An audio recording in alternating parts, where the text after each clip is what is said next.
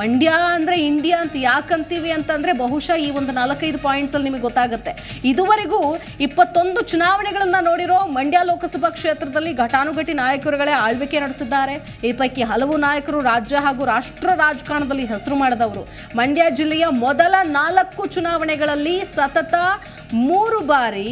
ಸತತವಾಗಿ ಜಿಲ್ಲೆಯ ಹಿರಿಯ ರಾಜಕಾರಣಿ MK ಶಿವನಂಜಪ್ಪ ಅವರು ವಿಜಯಶಾಲಿ ಆಗುವ ಮೂಲಕ ಜಿಲ್ಲೆಯ ಸೋಲಿಲ್ಲದ ಸರದಾರ ಅನ್ನೋ ಖ್ಯಾತಿ ಹೊಂದಿರ್ತಾರೆ. ಆದರೆ 4ನೇ ಬಾರಿ ಸಂಸದರಾದಾಗ ಇವರು ವಯೋಸಹಜ ಕಾಯಿಲೆಯಿಂದ ಮೃತಪಡ್ತಾರೆ. ಇನ್ನು ಜಿಲ್ಲೆಯ ಮತ್ತೊಬ್ಬ ಪ್ರಮುಖ ರಾಜಕಾರಣಿ ಅಂದ್ರೆ ಅದು SM ಕೃಷ್ಣ ಅವರನ್ನು ನೆನಪಿಸ್ಕೊಳ್ಳಿಲ್ಲ ಅಂದ್ರೆ ಮಂಡ್ಯ ರಾಜಕಾರಣಕ್ಕೆ ಅರ್ಥನೇ ಇರಲ್ಲ ಅಂತ ಹೇಳ್ಬೋದು. ಕೃಷ್ಣ ರಾಜಕೀಯ ಇತಿಹಾಸದಲ್ಲಿ ನಾನಾ ಬಗೆಯ ಅಧಿಕಾರವನ್ನು ಅನುಭವಿಸಿದವರು. ಅವರು 3 ಬಾರಿ ಮಂಡ್ಯ ಲೋಕಸಭಾ ಕ್ಷೇತ್ರದಿಂದ ಸಂಸದರಾಗಿದ್ದಾರೆ. 3ನೇ ಬಾರಿಗೆ ಸಂಸದರಾದಾಗ ಅಂದ್ರೆ 1980ರಲ್ಲಿ ಇಂದಿರಾ ಗಾಂಧಿ ಸಂಪುಟದಲ್ಲಿ ಕೃಷ್ಣ ಹಣಕಾಸು ಖಾತೆ ರಾಜ್ಯ ಸಚಿವರಾಗಿ ಕಾರ್ಯನಿರ್ವಹಿಸಿ ಜಿಲ್ಲೆಗೆ ಕೀರ್ತಿ ತರ್ತಾರೆ.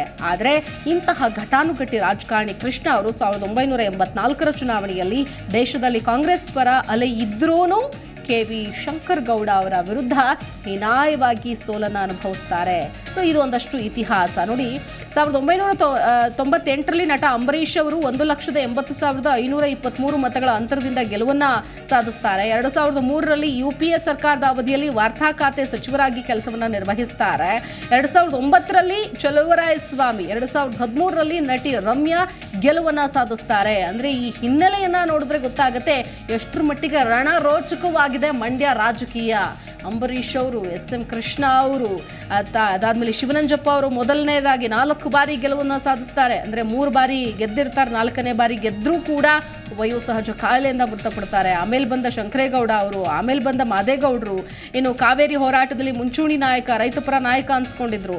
ನಟ ಅಂಬರೀಷ್ ಅವರು ಕೂಡ ಒಂದು ಬಹುದೊಡ್ಡ ಅಂತರದಿಂದ ಗೆಲುವನ್ನು ಸಾಧಿಸ್ತಾರೆ. 2003ರಲ್ಲಿ UPA ಸರ್ಕಾರದ ಅವಧಿಯಲ್ಲಿ ವಾರ್ತಾ ಖಾತೆಯ ಸಚಿವರಾಗಿರ್ತಾರೆ. ಅಂಬರೀಷ್ ಅವರು MP ಆಗ್ತಾರೆ. 9ರಲ್ಲಿ ಚಲುವರಾಯಸ್ವಾಮಿ, 13ರಲ್ಲಿ ನಟಿ ರಮ್ಯಾ.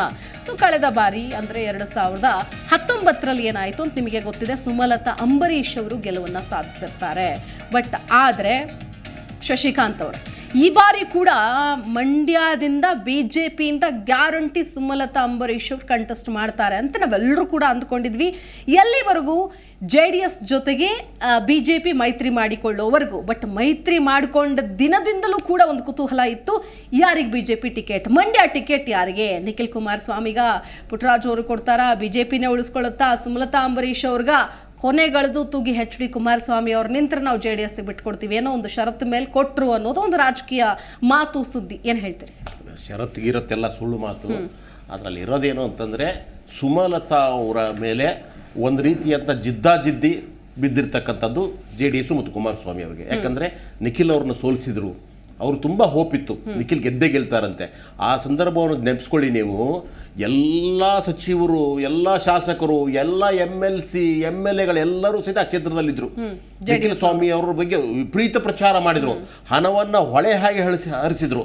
ಇಷ್ಟೆಲ್ಲ ಆದರೂ ಸಹಿತ ಯಾಕೆ ಸುಮಲತಾ ಅವರು ಬಂದರು? ಅದು ಒಂದು. ಆಮೇಲೆ ಈ ಮಂಡ್ಯ ರಾಜಕಾರಣದಿಂದ ಸುಮಲತಾ ಅವರನ್ನು ಹೊರಗಡೆ ಇಡಬೇಕಾಗಿತ್ತು. ಅದಕ್ಕೋಸ್ಕರ ಇವರೇನು ಮಾಡಿದ್ರು, BJP ಅವ್ರ ಜೊತೆ ಹೊಂದಾಣಿಕೆ ಮಾಡಿಕೊಂಡ್ರು.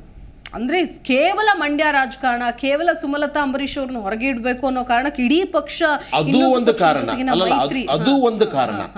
ಎರಡನೇದು, ಎಲ್ಲಿ ಕಾಂಗ್ರೆಸ್ ಪಕ್ಷ ನಮ್ಮ ಪಕ್ಷವನ್ನು ನುಂಗಾಕತ್ತೆ ಅನ್ನೋ ಭಯ.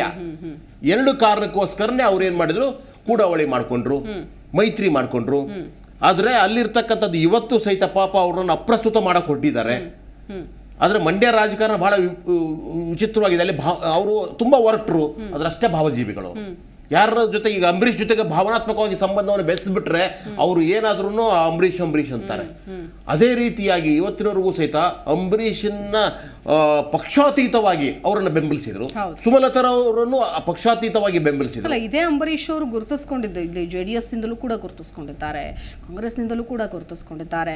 ಬಟ್ ಸುಮಲತಾ ಅಂಬರೀಷ್ ಅವರು BJPಗೆ ಸೇರ್ಪಡೆಗೊಳ್ತಾರೆ ಅಥವಾ BJP ಕಡೆ ವಾಲ್ತಾರೆ ಅನ್ನೋದನ್ನು ಕೂಡ ಒಂದಷ್ಟು ಜನ, ಎಲ್ಲೋ ಅಂಬರೀಷ್ ಅಭಿಮಾನಿಗಳು ಅದನ್ನ ಪ್ರಾರಂಭದ ಹಂತದಲ್ಲಿ ಒಪ್ಪಿಕೊಂಡಿಲ್ಲ.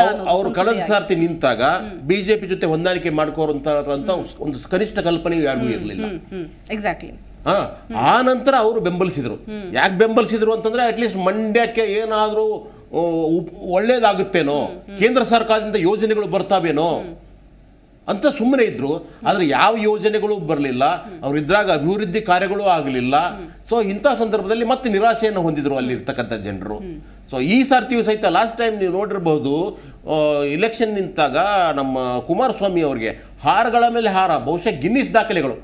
ಅಲ್ಲ, ಅದು ಪ್ರತಿ ಬಾರಿ ಕುಮಾರಸ್ವಾಮಿ ಇಲ್ಲ, ಆ ಬಿಲ್ಡಪ್ ಅವ್ರಿಗೆ ಕೊಟ್ಟು ಬಿಲ್ಡಪ್ ಯಾರು ಕೊಟ್ಟಿಲ್ಲ. ನೀವು ಬೇರೆ ಎಲ್ಲೋದ್ರು ಒಂದು ವರ್ಚಸ್ ಅದನ್ನ ನಾವು ಪಕ್ಷಾತೀತವಾಗಿ ಒಂದಷ್ಟು ವಿಚಾರಗಳನ್ನು ನೋಡ್ಬೇಕು.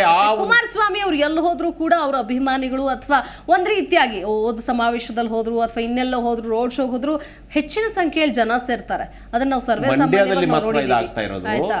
ಸೊ ಹಂಗಾಗಿ ಬಟ್ ಅದು ಯಾವತ್ತು ವೋಟ್ ಆಗಿ ಕನ್ವರ್ಟ್ ಆಗುತ್ತಾ ಅನ್ನೋದನ್ನ ನೋಡಿದಾಗ ಅಸಮಾಧಾನ ಇರೋದು. ತುಂಬಾ ಕಡಿಮೆ. ಕುಮಾರಸ್ವಾಮಿ ಇರೋ ಅಸಮಾಧಾನವೇ ಇದ್ದು.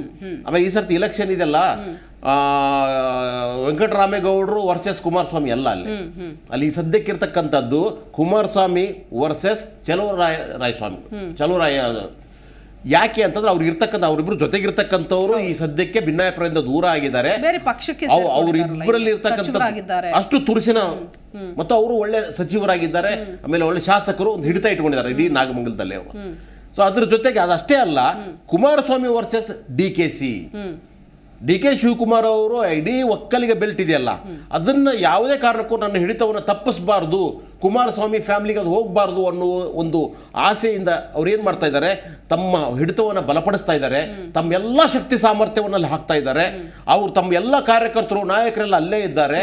ಸೊ ಈ ರೀತಿಯಾಗಿ ಮೈಸೂರು ಮತ್ತು ಮಂಡ್ಯ, ಇದೇನು ಹಳೆ ಮೈಸೂರು ಪ್ರಾಂತ್ಯ ಅಂತ ಹೇಳ್ತೀವಲ್ಲ, ಬಹುಶಃ ಇಡೀ ಕರ್ನಾಟಕದಲ್ಲಿ ಅತ್ಯಂತ ಹೆಚ್ಚು ಮುತುವರ್ಜಿಯನ್ನ ಮಾನ್ಯ ಸಿದ್ದರಾಮಯ್ಯನವರು ಮತ್ತು ಡಿ ಕೆ ಶಿವಕುಮಾರ್ ಅವರು ಅಲ್ಲಿ ವಹಿಸಿದ್ದಾರೆ.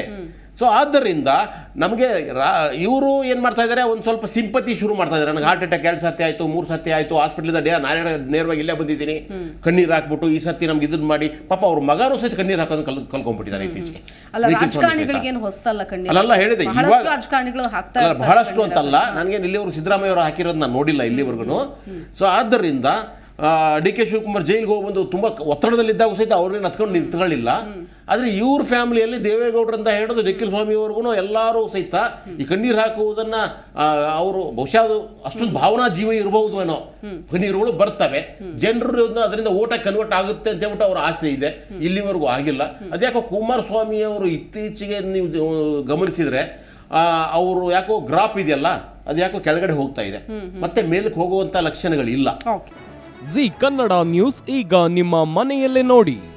ಎಲ್ಲ ಕೇಬಲ್ಗಳಲ್ಲಿ ಈಗ ಲಭ್ಯ.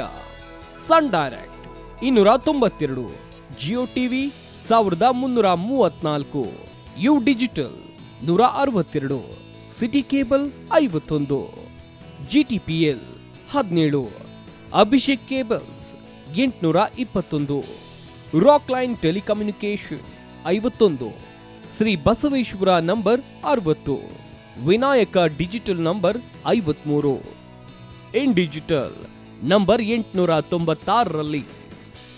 ನಿಮ್ಮಿಷ್ಟದ ಜಿ ಕನ್ನಡ ನ್ಯೂಸ್ ನೋಡಿ ಆನಂದಿಸಿ.